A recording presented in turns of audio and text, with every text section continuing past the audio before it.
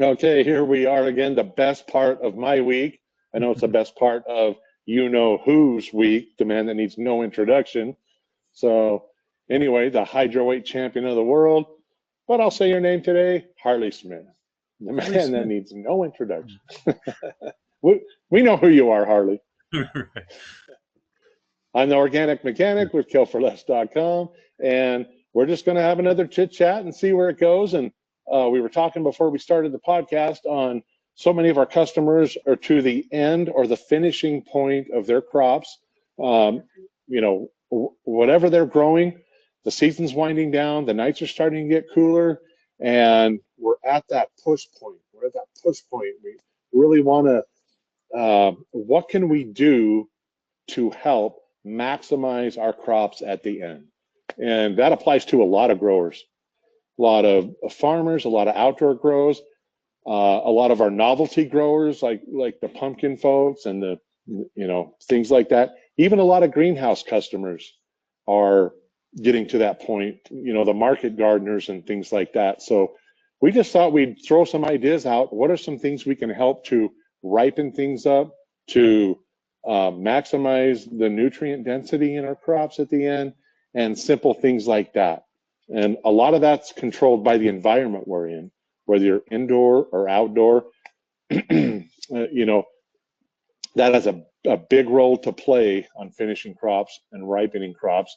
And Harley has some good ideas in greenhouses that he's experienced of maximizing the plant and the yield and the nutrient density when it is winding down towards that end time.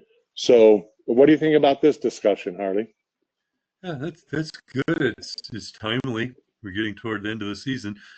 Now, that being said, my indoor growing, this is the beginning of the season. This is where I'm Okay. planting for the winter. I love it. Everything else is being harvested outdoors. I'm just starting clean, keeping it clean for my indoor garden. Good point. But yeah, Yeah, good point. but yeah. Um, as far as nutrition, I think one of the keys is definitely cutting back on nitrogen at the end. We don't really want to encourage vegetative growth. There's a point where you kind of want to, if it's overly generative too early, you need to give it enough nitrogen so it has time to finish. But once you get to the end, you want all the energy, all the sugars that the plant has stored up to go into the flowers and to go into the fruit for finishing power. So for me, it's cutting back on nitrogen and increasing not so much phosphorus. That's more for early flowering. That's more for energizing the process. Earlier flowering, more flowering sites, stronger root development early in the season. But at the end of it, to me, it's potassium is big and magnesium are big at the end. Um, Magnesium is important to activate enzymes for phloem loading so that the sugars can load into the phloem and then flow to the flowers, flow to the fruit. So I do like to keep my magnesium and potassium ratio on the higher end all the way to the end because potassium is carbohydrate metabolism to make the sugars, help with that, and also to unlock some of the stored sugars and transport them. So those two, the calcium is not quite as important. I want calcium all the way to day harvest, availability, active root growth. But the most important part, though, I think, is the potassium and magnesium toward the end. What are your thoughts on that? So that's a good point. So here at Kelp4less, we actually have a product that we call Ripe Blend. And what Hmm. Ripe Blend is, I think it's a 3-16-36 analysis with trace nutrients and magnesium. But what this is, it has all the organic acids in it as well.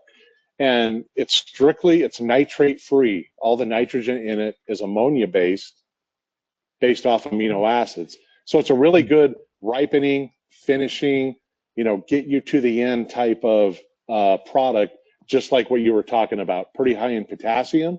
It's got the magnesium in it, and some of the trace nutrients with the organic acids. So that's a real popular product here at Kelp4less towards the end.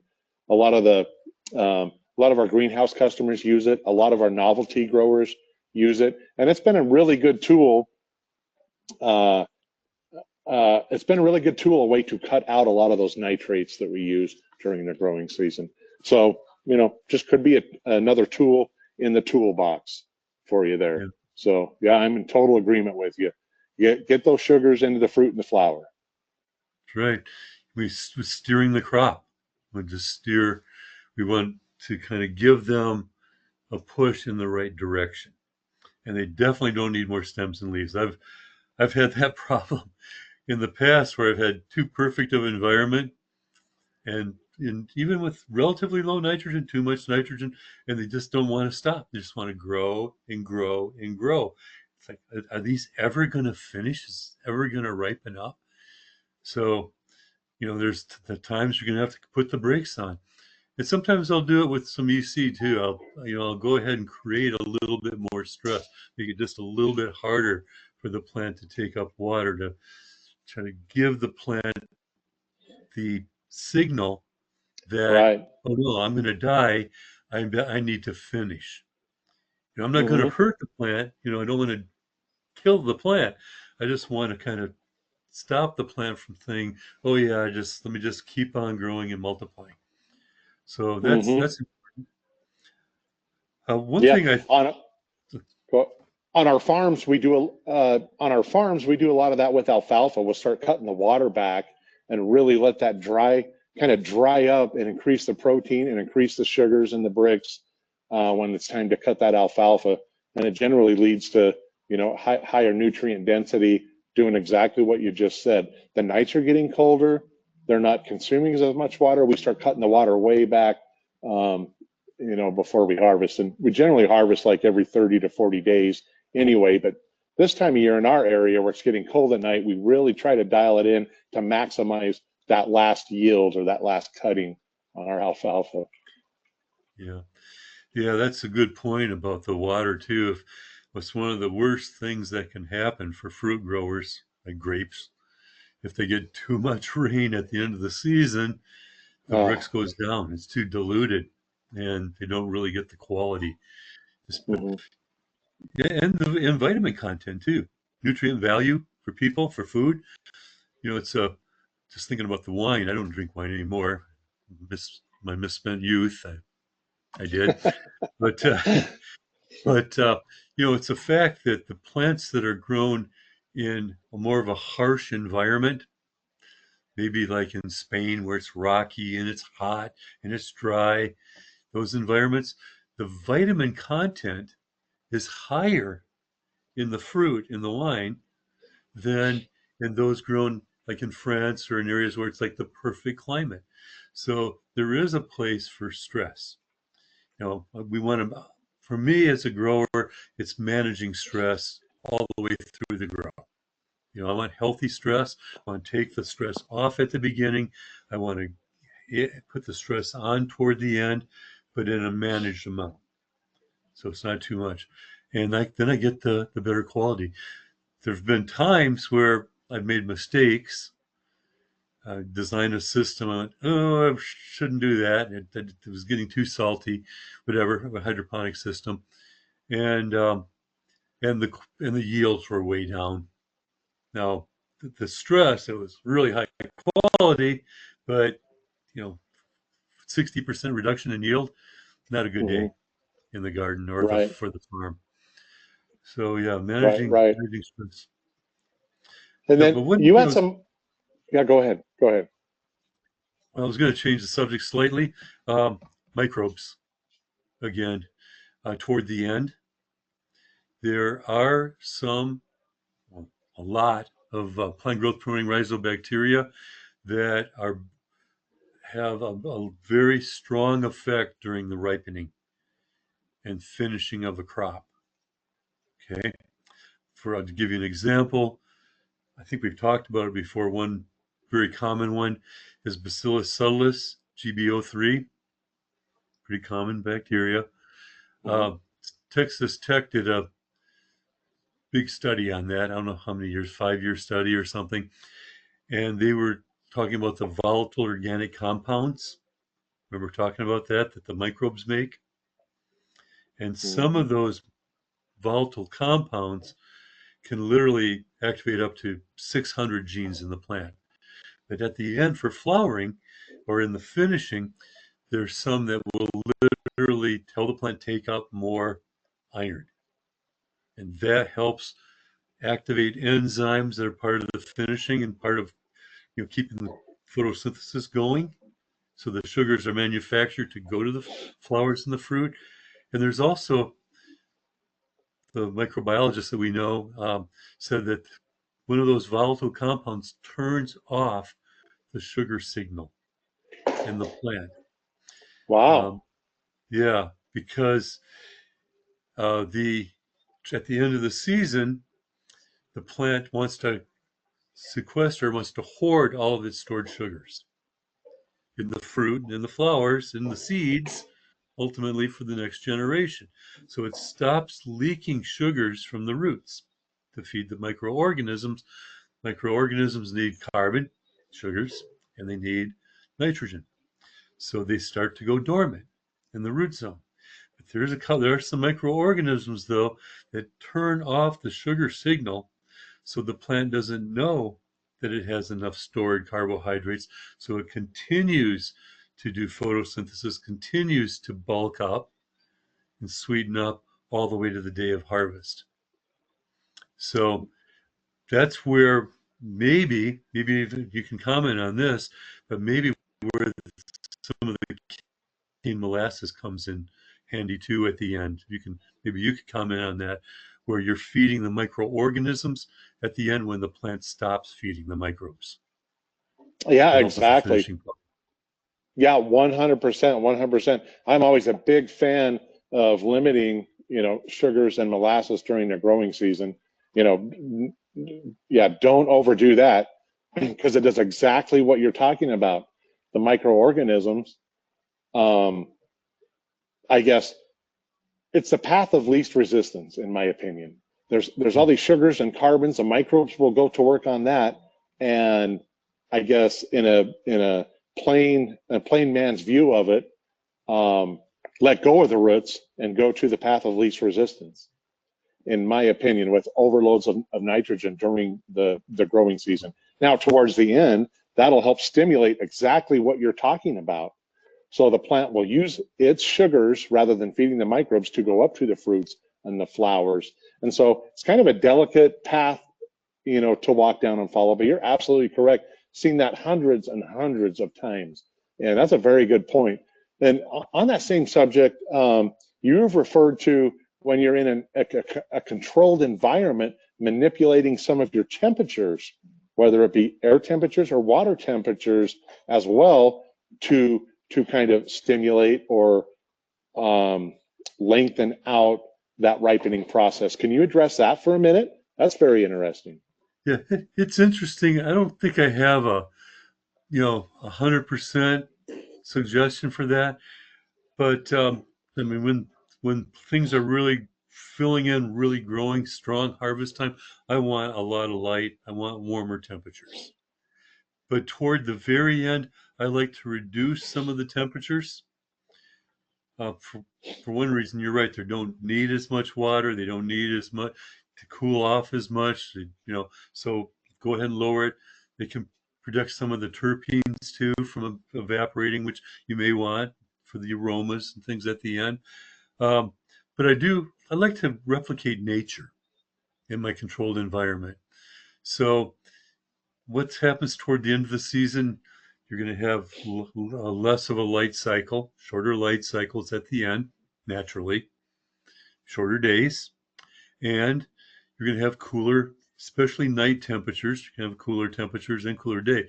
So I think there's a benefit in replicating that and again signaling the plant that we're getting toward the end of the growing season. So it's time to ripen up, store up all the sugars that I have and can possibly get so I have a good head start with the seeds for the next generation. That's the Hmm. whole point That's what the plants are doing. They want to be fruitful and multiply. They want to spread on spread their genetics from crop to crop. So if we can signal them into the growing season, they're going to put all their energy into fruit and flower production and seed Yeah. production at that Yeah. time. And it just occurred to me too what you're saying about the sugars at the end.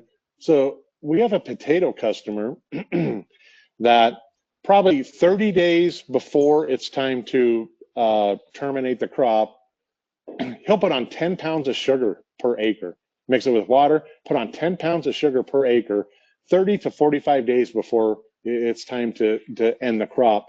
And I've seen a lot of good results with that as far as the ability, the quickness of his potatoes to ripen or bulk or just to prepare themselves for harvest. Because in my neck of the world, it's really hard. We can't harvest the potatoes if they're not ripened. So a lot of times we got to just lay them in the ground, leave them in the ground to develop that tight skin and the nice net that's on the outside of the potato because they don't want to damage that for harvest. And what we've seen is, yeah, excess nitrogen delays that response in the crop. And so we have a customer that he does that 10 pounds per acre of sugar, and it has really made a difference on him scheduling and being available to kind of make sure he's on target for harvest. And so very good information, and we can kind of apply those tactics to other crops as well. Yeah. Yeah. Remember too that sugar is an osmoticum. It makes it harder for the plant to take up the water at the end. I've talked to a lot of people that I I don't know. I don't want to start a controversy here, but they get into flushing. They want Welcome to to my world. starve the plant at the end. Oh, Mm-hmm. let's just create such a nutrient deficiency that the plants will just use up what they have. Well, I believe in spoon feeding, where we're not giving excess nitrogen or excess nutrients, giving them what they need when they need it. But you don't want to take all the stress off of the root zone because then the plant's going to take up too much water at the end. And what it doesn't do anything for the plant. In fact, it's going Mm-hmm. to steer the plant more vegetative right when you want all the energy going into the flowers. So I'm cautious too about I don't want to, I still want to keep nutrients all the way to the end, just reduce the amount of nutrients, but also, but more importantly, decrease the amount of water and nutrients being taken up because the plant doesn't need them. So that's just a few things I think will help in ripening, and then paying really Yeah. close attention to Yep. is this the ideal level of ripening? I know some indoor growers will go too long, and the harvest is actually decreasing quality.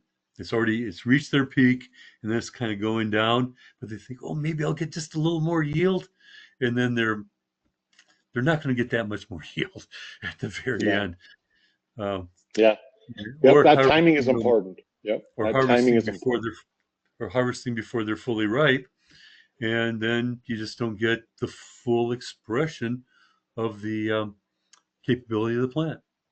So yeah, that timing, using, you know, really examining your crop development and making some wise decisions depending on your environment too. There are Exactly. times where you say, Exactly. all right, I got a race to harvest here, so do it now. But Yeah. that takes experience. There's really not something I can't give you a number on how to do that. But all good points. I mean, these are all good things to consider and learn about in your whole process. Again, going back to making your plan. If you don't have a plan at the beginning, you tend to veer down roads you don't want to go to. So this is all good information. We talk about that a lot of getting a plan together.